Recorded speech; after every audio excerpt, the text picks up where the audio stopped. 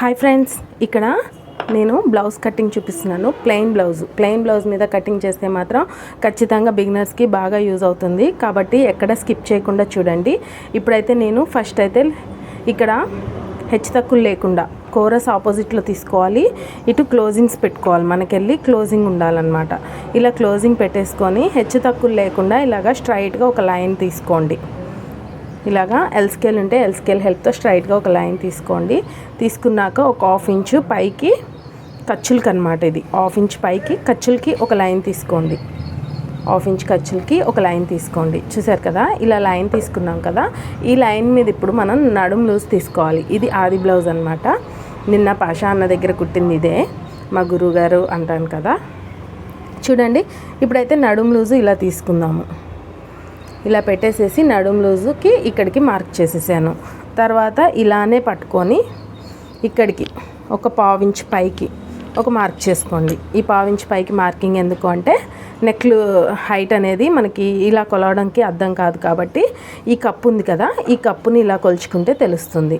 Next వచ్చేసేసి dot కుట్టు ఉంది కదా, ఈ డాట్ కుట్టు దగ్గర నుంచి షోల్డర్ మిడిల్కి ఇలా పట్టుకొని షోల్డర్ మిడిల్కి ఇలా పట్టుకొని బ్లౌజ్ హైట్ ఎంత ఉందో ఇలా పట్టుకోండి.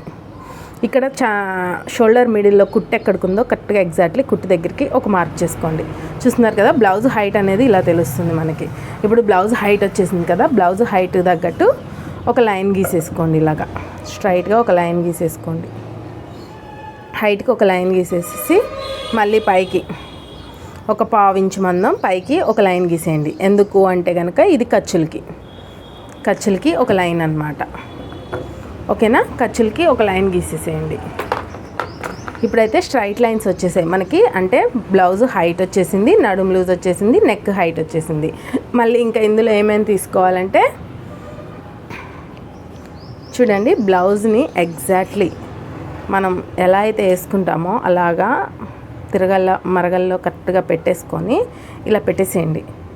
ఇలా పెట్టేసేసి కరెక్ట్గా ఎగ్జాక్ట్లీ ఈ లైన్ మీద ఖర్చుల లైన్ మీద ఇలా పెట్టేసేసి ఈ హ్యాండ్ని ఇలా పెట్టేసేయండి. ఇలా పెట్టేసేసి నెక్ లైన్ని ఇలా లాగి గుంజినట్టు చేయండి. ఎగ్జాక్ట్లీ కరెక్ట్గా పెట్టుకోండి. కొంచెం ఎగుడు దిగుడు అయినా కానీ మార్కింగ్స్ అనేవి పోతాయి. కాబట్టి మన టేప్తో పని లేకుండా ఆది బ్లౌజ్ ఎలా ఉందో అలా ఇచ్చేయగలం. ఇలా పెట్టేసేసి చెయ్యి ఇలా పెట్టేసేసి ఇలా లాగినట్టు చేయండి. కరెక్ట్గా ఎక్కడికి మార్కింగ్ వచ్చిందో అక్కడికి ఒక మార్క్ చేసేయండి. ఇది నెక్ లైన్. ఇక్కడికి వచ్చి షోల్డర్ కుట్టు ఇక్కడికి ఉంది కదా, కొంచెం అవతలకి లైన్ గీస్తున్నాను ఖర్చులతో కలిపి. ఓకేనా, ఇప్పుడు వచ్చేసేసి ఇది చూడండి, ఇది చంకడౌన్కి ఒక మార్క్ చేసేయండి. ఇక్కడికి ఎగ్జాక్ట్లీ ఇక్కడికి ఉంది కదా, కొంచెం పైకి కలిపి ఖర్చులకి మార్క్ చేసేసాను. ఇప్పుడు ఎలా ఉందో అలాగా యాజ్ ఇట్ ఈస్గా లైన్స్ గీసేసుకుందాం. ఎక్కడ టేప్ యూజ్ చేయాల్సినంత అవసరం ఏమీ లేదు. ఇక్కడ మనకి 1 ఇంచు ఎక్స్ట్రా తీసుకోవాలన్నమాట డాట్స్కి. నడుము లూజ్ ఇక్కడికి మార్క్ చేసేసాం కదా, 1 ఇంచ్ ఎక్స్ట్రా డాట్స్ కోసం, 2 ఇంచెస్ అనేది ఖర్చుల కోసం.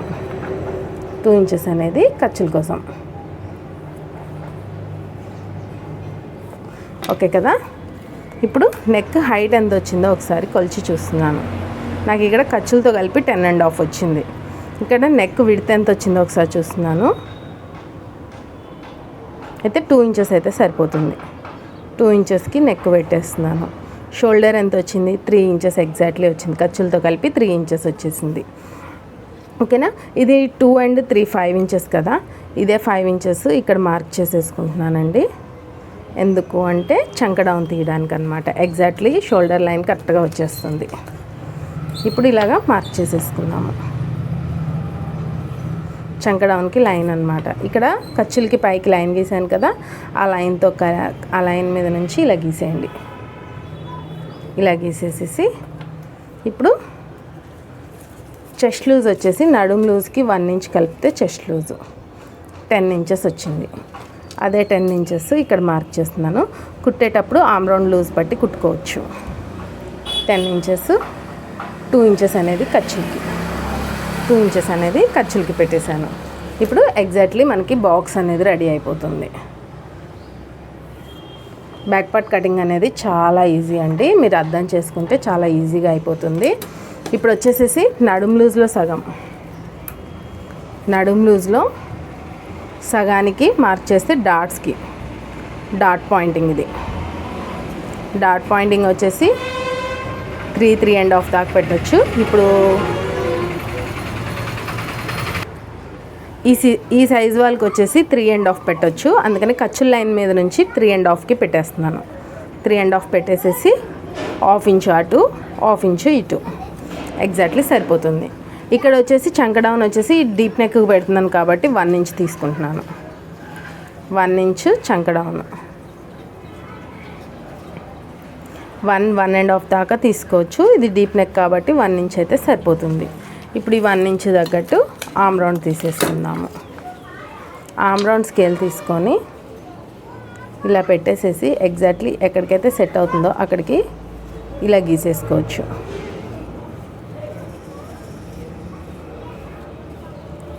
ఓకే కదా. ఇప్పుడు నెక్ వచ్చేసేసి పైన 2 ఇంచెస్ తీసుకున్నాం కదా, కింద 2.5 అయితే సరిపోతుంది.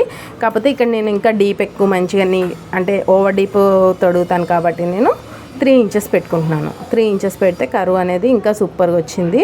నిన్న అన్నయ్య చూపించారు కదా. 3 ఇంచెస్కి లైన్ గీసేస్తున్నాను.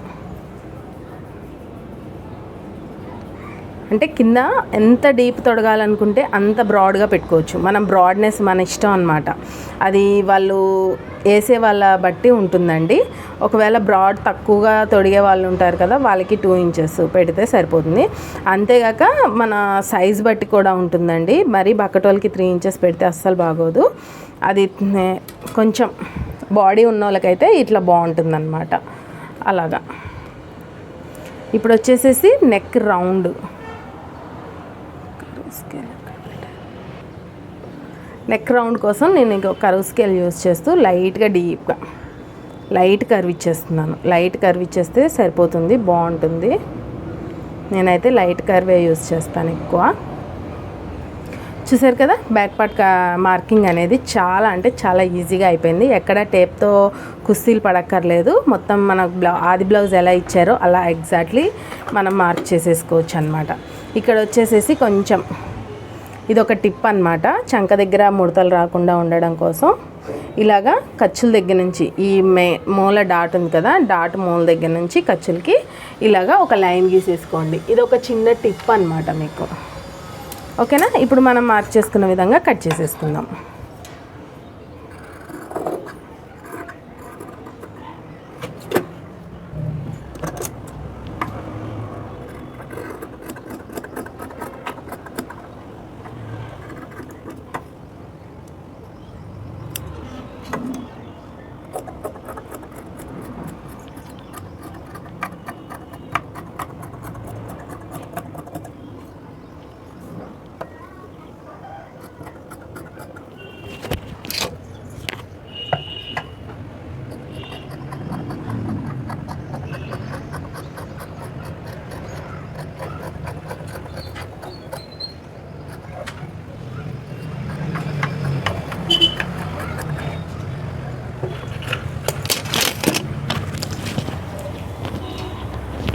ఇలా బ్యాక్ పార్ట్ అనేది కటింగ్ అయిపోయింది.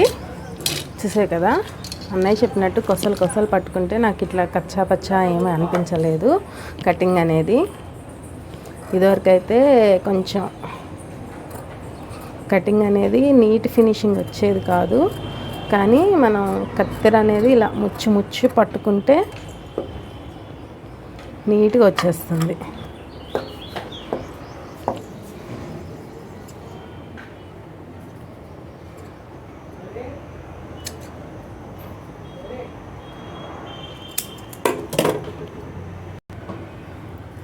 ఇంతేనండి, బ్యాక్ పార్ట్ కటింగ్ అనేది చాలా అంటే చాలా ఈజీగా సింపుల్గా అయిపోయింది. చూసారా, ఆది బ్లౌజ్ బట్టి మనం కట్ చేసేసుకున్నాము. మీకు కనుక ఎక్కడైనా డౌట్స్ ఉంటే క్లియర్ చేసుకోండి. మీకు క్లారిటీగా ఎక్స్ప్లెయిన్ చేయడానికి ట్రై చేస్తున్నాను. క్లారిటీగా మీకు అర్థమైంది అనుకుంటున్నాను. అర్థమయ్యి ఉంటే కనుక ఖచ్చితంగా మన ఛానల్కి ఒక లైక్ ఇవ్వండి, ఇంకొక నలుగురికి షేర్ చేయండి. Thank you.